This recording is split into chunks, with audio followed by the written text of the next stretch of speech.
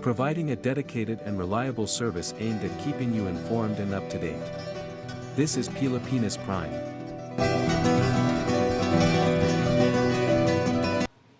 Tata. Tata, para sa inyo po to. Kumusta po kayo? Tata, kumusta po kayo? Mabuti naman po, sir. Pwede mong pakilis po yung ano mo para marinig namin maayos yung salita nyo. Mabuti naman po, Your Honor. Thank you. Tata, pwede bang pakibasa mo ulit yung number 28, 29 at number 30 ng affidavit mo dated noong August 21 yata? Comsec, can you please give a copy to Tata? Pakibasa mo at para marinig ng ating mga nanonood sa ating bansa at sa ating mga kongresista. 28, 29 po. Opo, 28, 29, and 30. Habang naglalakad kami, papuntang investigation section, tumunog ang cellphone ni Superintendent Padilla. Nakita ko na pinindot ni Superintendent Padilla ang kanyang cellphone. Nadinig ko na sinabi nung tumawag kay Superintendent Padilla, "Congrats, Superintendent Padilla. Job well done." Pero grabe yung ginawang dinuguan. Alam ko na ang kausap ni Superintendent Padilla ay That si is number Presid- 29 po. Number 29 po to, no? Sige po, tuloy po. Alam ko na ang kausap ni Superintendent Padilla ay si Presidente Duterte. Dahil pamilyar ang boses niya. Number 30. Pagkatapos ng tawag, sabi ni Superintendent Padilla sa mga kasamahan niya doon, tumawag si Presidente, nag-congrats sa akin. Dahil sa sinabing ito ni Superintendent Padilla, kaya lalo akong napaniwala na ang tumawag sa kanya ay si Presidente Duterte. Salamat, Tata. Ngayon, nandito na po ang ating Colonel Padilla. Colonel Padilla, sa iyong sinumpaang salaysay, maaari niyo po bang basahin ang number 4 at number 6 ng supplemental affidavit mo? Comsec, could you please give him a copy so that he can read? Yes, Your Honor, Mr. Chair. Dito po sa aking affidavit, babasahin ko po. Pinapatutuhanan ko ang sinabi ni Tata na nung papunta kami sa investigation section, ay tumunog ang cellphone ko at ito ay sinagot ko. Ang tumawag sa akin ay, ayon sa boses, ay dating President Rodrigo Roa Duterte at sinabing congrats, Superintendent Padilla. Job well done, pero grabe yung ginawang dinuguan. So, Colonel Padilla, ngayon binasa mo yung sa yung salaysay na number 4 and 6. Ngayon, inaamin mo na ngayon na totoo ang mga sinasabi ni Leopoldo Tan alias Tata na tinawagan ka ni Presidente Duterte pagkatapos patayin ang tatlong Chinese? Colonel Padilla? Yes, Your Honor, as the voice I've heard over the phone. Inaamin mo ang lahat na ito ang sinabi ni Jimmy Fortaleza last hearing na nagkausap kayo ni Colonel Garma. Yes, Your Honor, Mr. Chair. Inaamin mo din na nagkausap kayo ni Colonel Leonardo na sinabing papatayin nila ang tatlong Chinese national. Yes, Your Honor, Mr. Chair. Ngayon, meron akong huling tanong sa iyo, Colonel Padilla. Pag nag-uusap po kayo ng dating Presidente Rodrigo Roa Duterte, through personal na telepono ba ang dating Presidente ang pinagtatawag nyo o may iba pang telepono na ginagamit nyo? Ano ang ginagamit nyong telepono? During that time, I have my cell phone, Your Honor, Mr. Chair. Personal.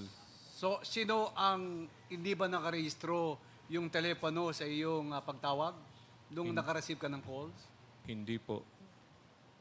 Well, anyway, Mr. Chairman, yun lang po ang gusto kong malinawan at least.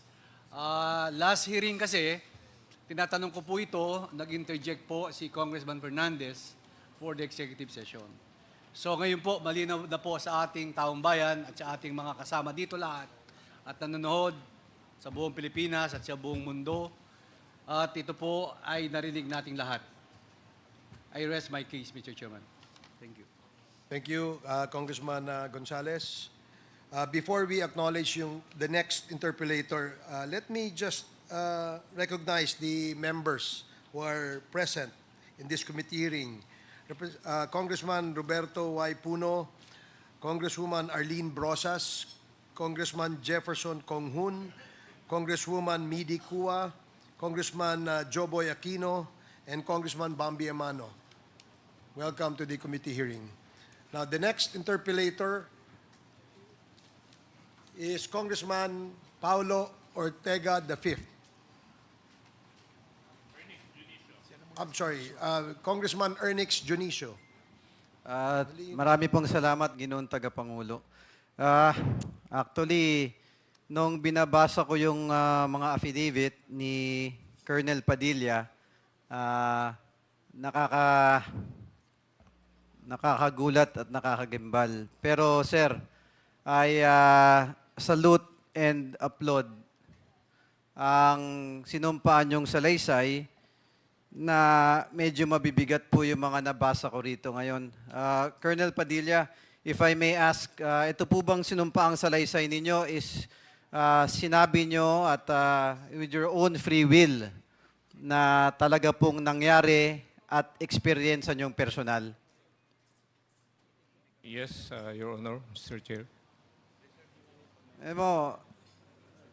Colonel Padilla, nakakagulat kasi nung sa unang affidavit na nilabas ninyo na isang inmate na si Jimmy Fortaleza pa ang nagpasa ng isang cellphone para makausap nyo si Colonel Garma. Totoo po ba yun? Yes, Your Honor, Mr. Chair. Alam mo, nakakagulat na ang isang inmate nasa piitan may sariling cellphone. Marahil nangyayari yung mga ganon sa ibang pagkakataon, pero para ang isang used to be a CIDG officer, hindi ko kilala personal pa, si Colonel Garma na nakalagay sa inyong affidavit o sinumpaang salaysay, ay tumatawag sa isang inmate para makausap, ang then kayo po ay Superintendent Gerardo Padilla. Totoo po ba yun? Yes, Your Honor, Mr. Chair. Very disconcerting, Your Honor. But bagamat ganon, ito ang mga sinumpaan salaysay na nangyari tunay at dun sa supplemental affidavit na akin nabasa na nabanggit din ni SDS na pati ang ating Pangulo na tumawag sa inyo na nakakagimbal na may nakalagay pa na ginawang dinuguan. Totoo po ba yon? According to the voice, Your Honor, Mr. Chair, as I heard. Having said that, Your Honor, ulitin ko lang po that I really applaud and salute you, sir, na ang mga binitiwan yung salita ay galing sa inyong sariling eksperyensya na walang pumilit sa inyo. At nakikita ko rin sa inyong affidavit na marami kayong, it is given na kakatakutan ninyo ang sitwasyon o safety ng inyong sarili at pamilya. Kaya sa aking maliit na kaparaanan, Ginoong Tagapangulo, nais ko pong imungkahi na marekomenda natin na mabigyan ng immunity ang sinumpaang salaysay ni Colonel Gerardo Padilla upang mabigyan naman siya ng karapat-dapat na proteksyon at maengganyo rin natin ang ibang witnesses at mga resource persons natin ngayon na magsabi ng katotohanan. At lumabas talaga ang totoo na wag po kayong matakot at naririto po ang Congress, ang mga kongresista para bigyan po kayo ng suporta at lumabas ang katotohanan po. Thank you, Congressman Junicio, doon sa iyong mungkahi na bigyan ng immunity ang ating witness. Iyan po sa kasalukuyan ay pinag-aaralan ng ating committee kasama po ang Department of Justice. At the appropriate time, iyan po ay ilalabas po natin at aaprubahan po ang inyong mungkahi.